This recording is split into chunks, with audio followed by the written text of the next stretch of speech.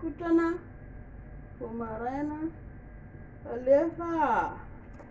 mbola hoe zanagasikara kotrantsika ho ampitsika natao hoe kotrana malefaka mahasalama ny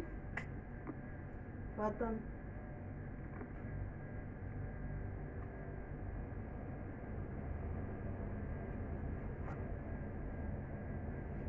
Ao ve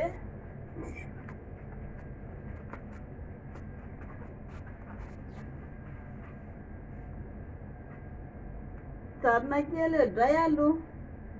ampiana le kotrana malefaka melo alely mila atao sopla tsara mihitsy ny vatana rehetra amin'izay mba mety tsara. Ao ve mihodina kely atao amin'inona indray zahako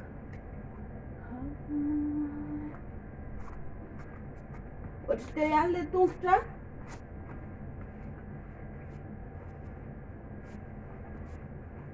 jereo fa ty fa ataoko mahitsy be dia ito ataoko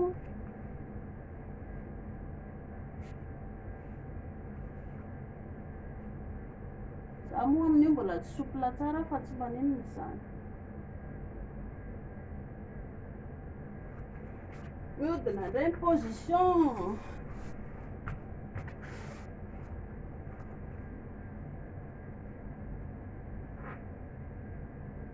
jereo tsara fa nareo zao rehefa manao le kotrana ohatra zao dia hitanareo tsara fa nareo reky mahatsapa hoe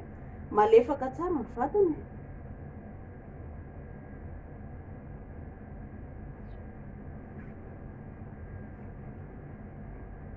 Ao ve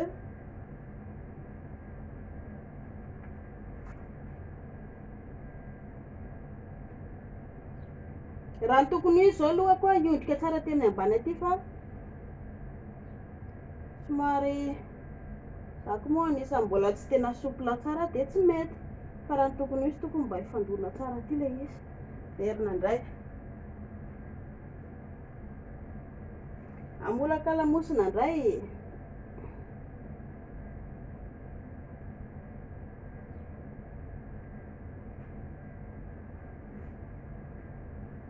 mikipiko zao io somary ngezangeza le izy fa tsy manino zany averina ihany amolaka lambosina afaka atao mandona tsara an'ity fa tsy manino fa amolaka lamosina tsika zareo fa na ianao raha mahatsapa hoe mety le izy tsara le izy mandritra an'izay. Ao ary pakaro kely indray dia mahitsy be ny vatana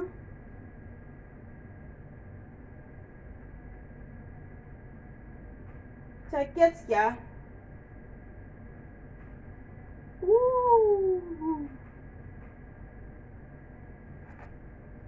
pakarona kely indray ny tongotra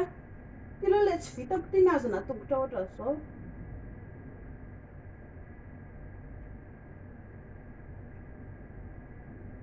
mijanona kely elaela eo ny tongotra dia zay tianareo ve farany dia misabaka ose laikako zany mba te ampiresaka fotsiny ako fa farany dia misabaka farany dia misabaka